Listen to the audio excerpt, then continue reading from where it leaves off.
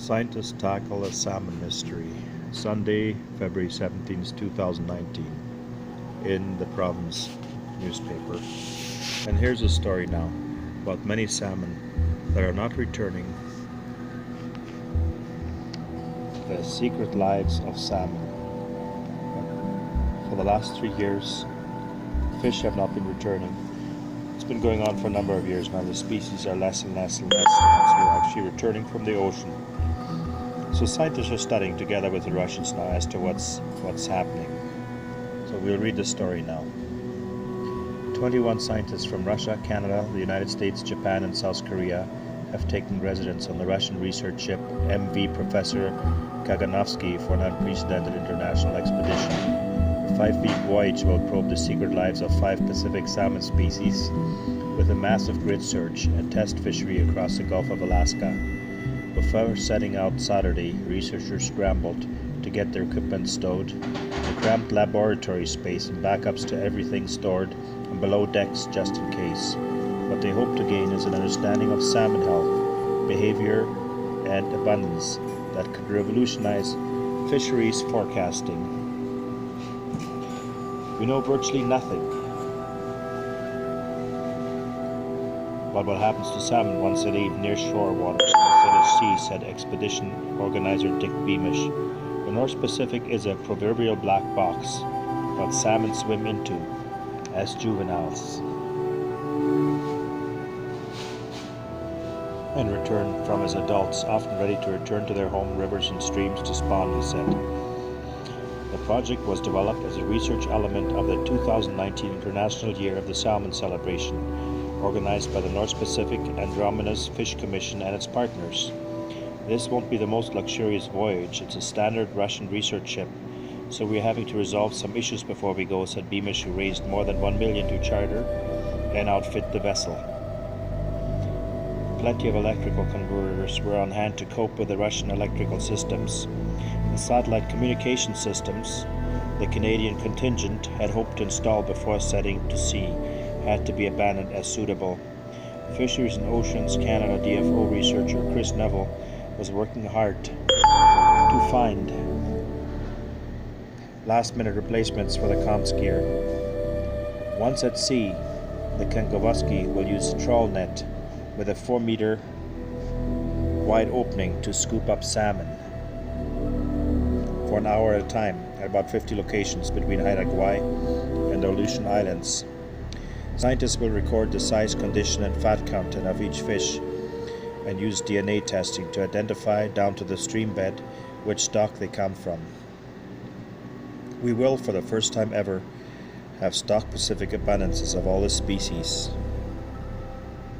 and all the stocks that rear in the Gulf of Alaska after their first ocean winter. And this is the area of the survey zone. You can see it right here. See, Russia's over there towards the left, right there. Then here's the survey zone. And here's Vancouver. There's Alaska on the very top. You can see it right there.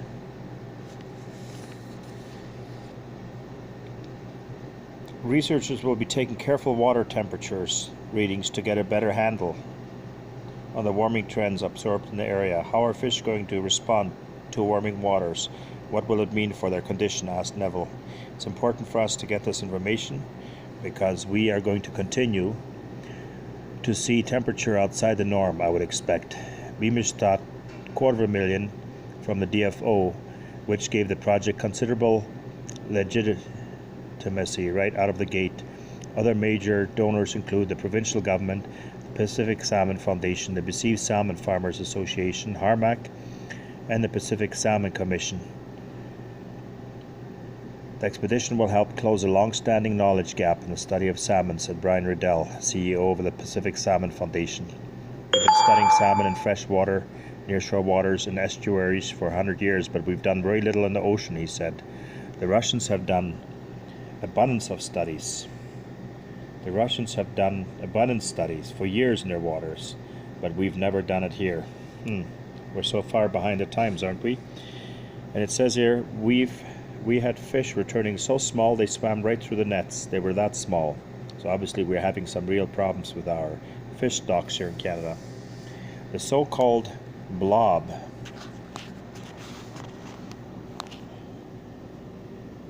and its effect on sockeye populations changed the way scientists think about the ocean-going lives of salmon. We had fish returning so small they swam right through the nets, said Riddell. So they had fish returning so small they swam right through the nets. They were that small. If ocean conditions have that kind of impact on the size, health, and abundance of these fish, it certainly means we have a lot more work to do on climate change. Knowing more about how stocks mix and the productivity of those waters could also inform changes to hatchery production and ocean ranching. Follow the MV Professor Kaganovsky's expedition and regular reports in the province as it works its way around the Gulf of Alaska over the next months. And you probably will get it here on Our Shore Post Media, Our Shore Post Media at postmedia.com. And we should also consider that there has been nuclear waste dumped into the ocean, and this is basically happening still from the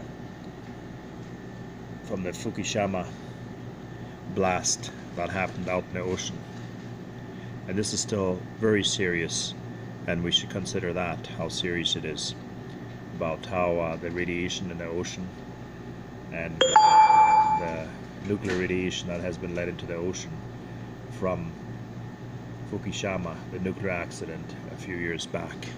Nobody seems to speak about that, but this is something that we're really going to have to address very seriously and consider what's happening to the salmon and why they haven't returned. Even right here in our very own area, we have fish that just simply haven't returned, salmon that haven't returned to our spawning streams in the caribou country here just off the coast of British Columbia. I found myself that the fish have not returned. This is from my very own experience. The fish have not returned to our caribou country, to our beautiful caribou country. This will be the secret lives of salmon. This is what it's going to be called. But will we find out exactly what has happened with all that nuclear radiation and so on that has gone into the ocean? That remains to be seen, whether they will disclose any of those things or whether they will take radiation samples and how they actually affect the reproductivity of fish and so on, and the fact that much of the food that's in the ocean for the fish is no longer there because they've used giant gill net rakers. Well, they use them for right on the ocean floor, and they've used them a lot, and it kills all the fish food, it kills all the plants and so on, because it uproots a lot of the plants which the fish basically feed off. And we also have to consider that there's a lot of things to consider when we consider the health of our oceans. And this will be, of course, a survey zone, which is right there. This is quite a small survey zone, but it's large enough, and it's a cooperative effort between Russia and Canada.